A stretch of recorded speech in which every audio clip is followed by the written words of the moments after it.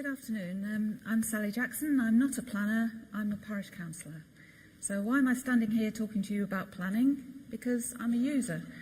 Everything that I do in my day, from where I live, work, travel, or even walk my dog, is governed by planning.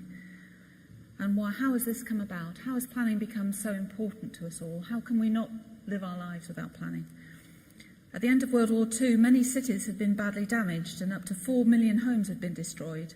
And in 1947, the Labour government passed the Town and Country Planning Act, which was revolutionary.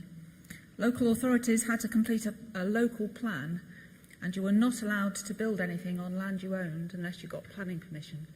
And that's formed the basis of our planning laws today.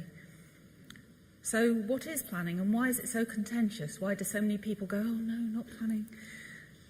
So Wikipedia, the giver of all wisdom, defines it as the land use planning system governments use to balance economic development and environmental quality.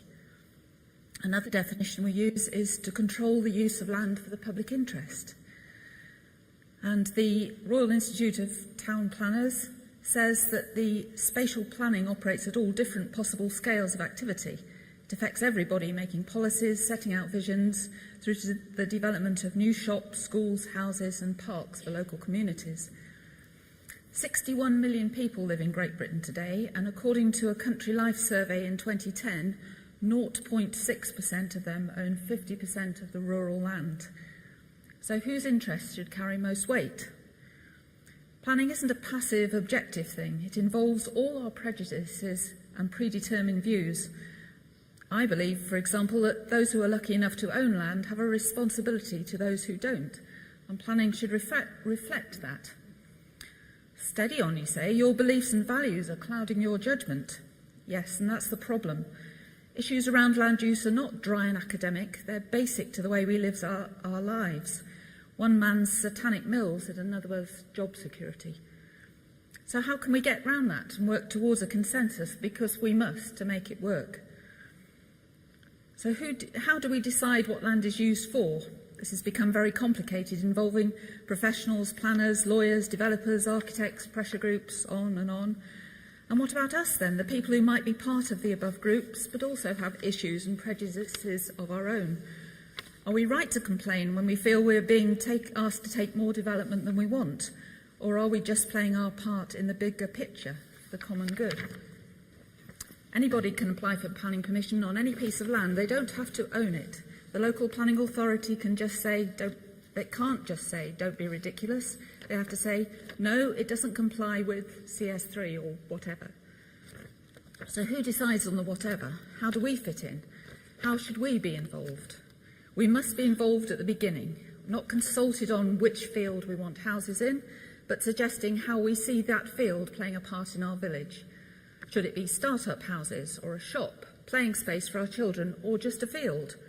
We must decide these things amongst ourselves, and then our views must be added at the start of the process to those of other interest groups, so that the professionals whose job it is to meet targets, allocate resources, follow political mandates and make it all sustainable in the end, give equal weight to the views of those who live in a place with those who just see it as a commodity. And to those of you who say, not again, we've done all this before, don't give up now. In the words of J.F. Kennedy, it's obviously a day for quoting famous people, effort and courage are not enough without purpose and direction, and being involved in the process of planning at the start should be our purpose and direction.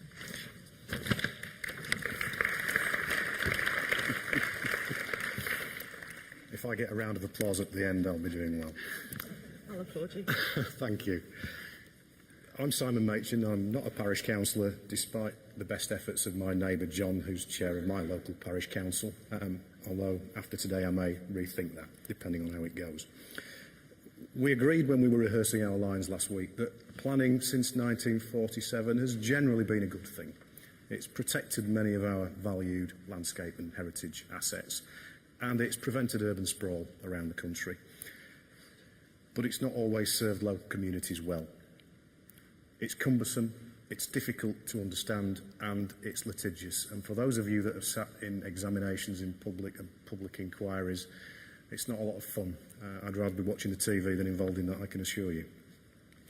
I've been doing planning for about 20 years in various places around the country, and that sense of frustration has been about imposed growth targets, be they from government through regional plans, be they through council local plans, or imposed planning decisions by inspectors based in Bristol who have no concept of what Bainton's like.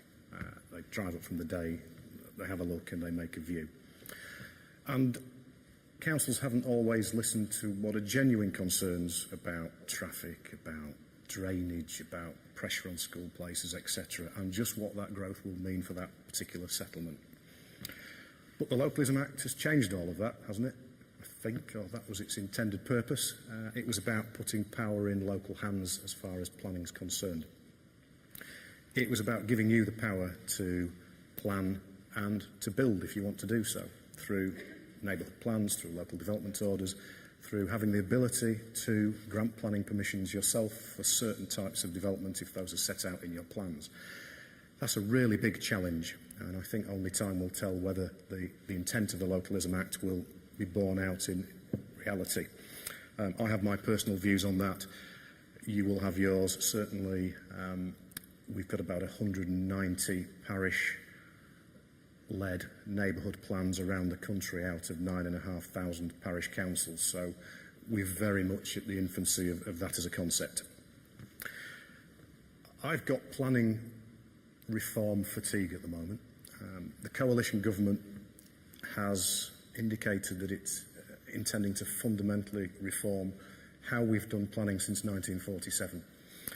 Things will change. So on the one hand, what we have is localism, and that's giving power to you to make decisions, and on the other, we have less red tape, less bureaucracy, and everything possible to deliver higher levels of growth than we've experienced over the last couple of decades.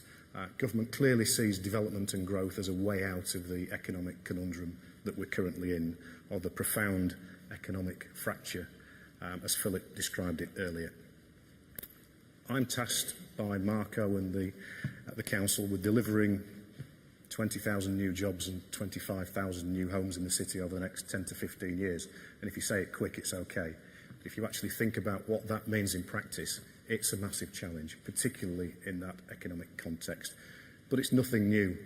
Being the planner that I am, and I hope you've all read the wonderful display in the foyer about the master planning days and the history of the Development Corporation and Wyndham's Plan No. The 1967 year I was born, public inquiry that at that time said that Castor should be the next township, and things go around and they come back again onto the table and they disappear again.